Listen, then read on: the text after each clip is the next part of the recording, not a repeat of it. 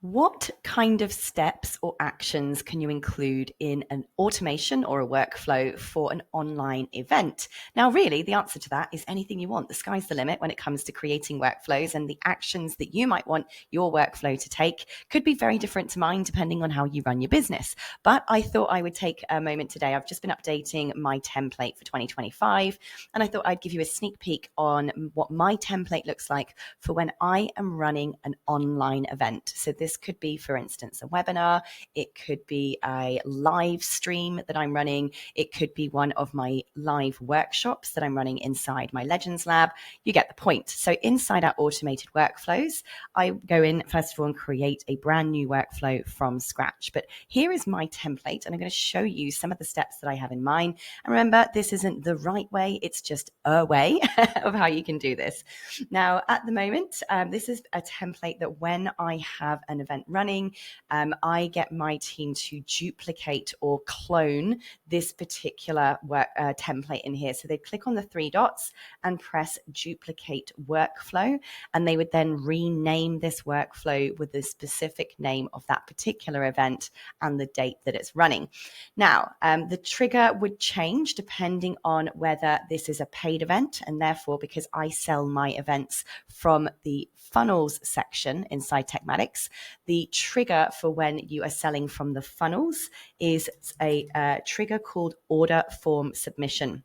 So if this is a paid event, the trigger would then be, well, what is the page? So you choose the funnel page, and then which funnel was it? So if this was like the workshop, for instance, or that was the workshop page, then I'd be choosing that particular one. So that is how I would create the trigger if it was a paid online event that is being sold from a funnel inside the system. I'm going to press cancel. The other kind of event you might have online is a free one. So I certainly have a free webinar that's running every month next year.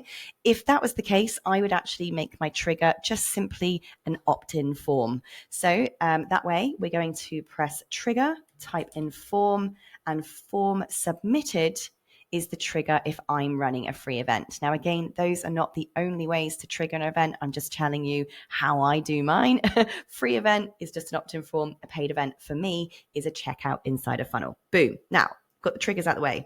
Here's what we do next. First of all, I make sure that I tag the person with they have attended this particular event. So I'm going to tag them with the event details.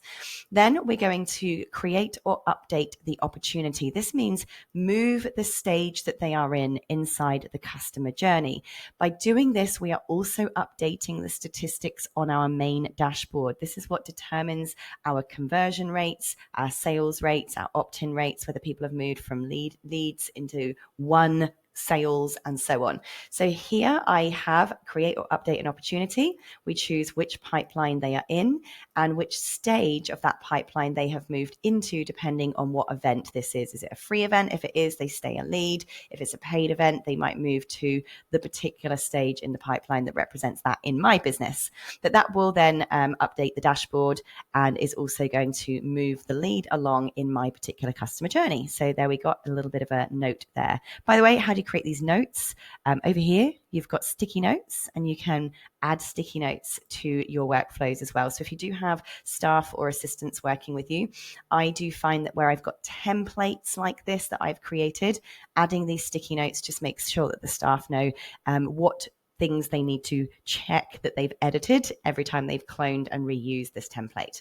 Now, the next thing we need to do, because this is related to a course or a workshop or a webinar.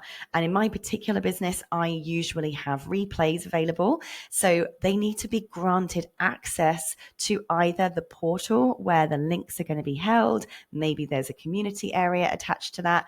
And certainly for me, where they will find the recording afterwards. So this particular action is called grant access. So if you type in add an action, grant access, you will find this particular step here, and it will ask you here to then go and choose which is the thing that you are granting them access to.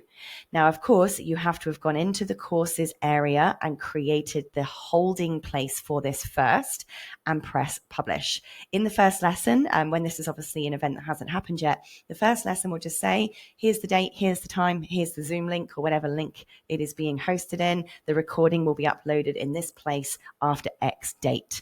Obviously, we then make sure that it is indeed recorded in that place in X date, but we grant the access to it as soon as they've opted in or purchased this particular thing so that they have that access when that time comes around that the replay will be there.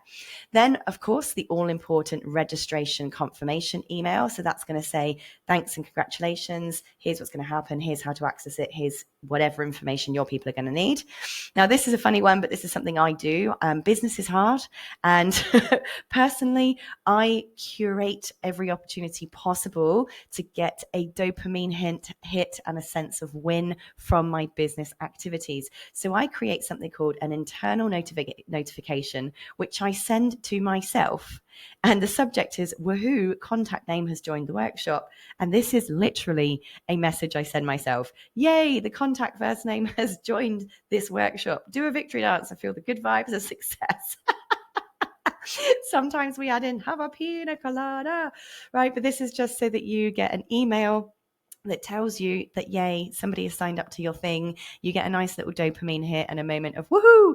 And I found that these have come in at times when I've been having a really poo pants day. So they've cheered me up a little bit just when I needed it.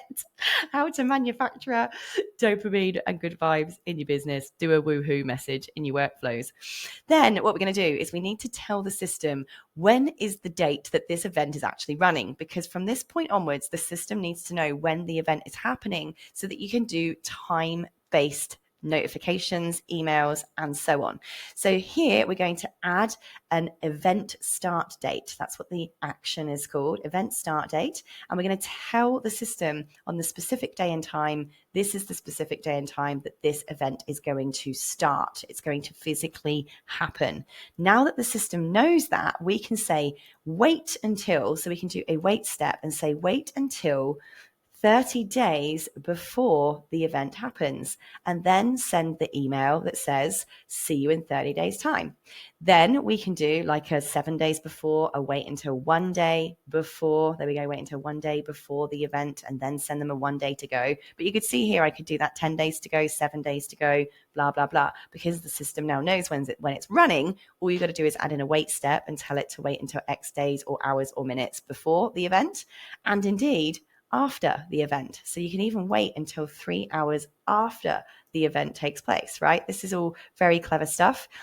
So I have a reminder to my assistant to make sure she does the Facebook group post, and a text message 1 hour before, as well as an email 1 hour before, and then a notification to Febby to make sure that she goes and grabs the recording and uploads it to the portal, and then a review request that then goes out to the audience. What you can do from here is even add in other wait steps and send up follow-up and upsell emails after the event. So to do that, for instance, I would add in a wait step, and I would wait until the specific event date and time. I would change it to after, and maybe you want to wait until 3 days after the event takes place. So again, I can just put a note in here, wait 3 days after.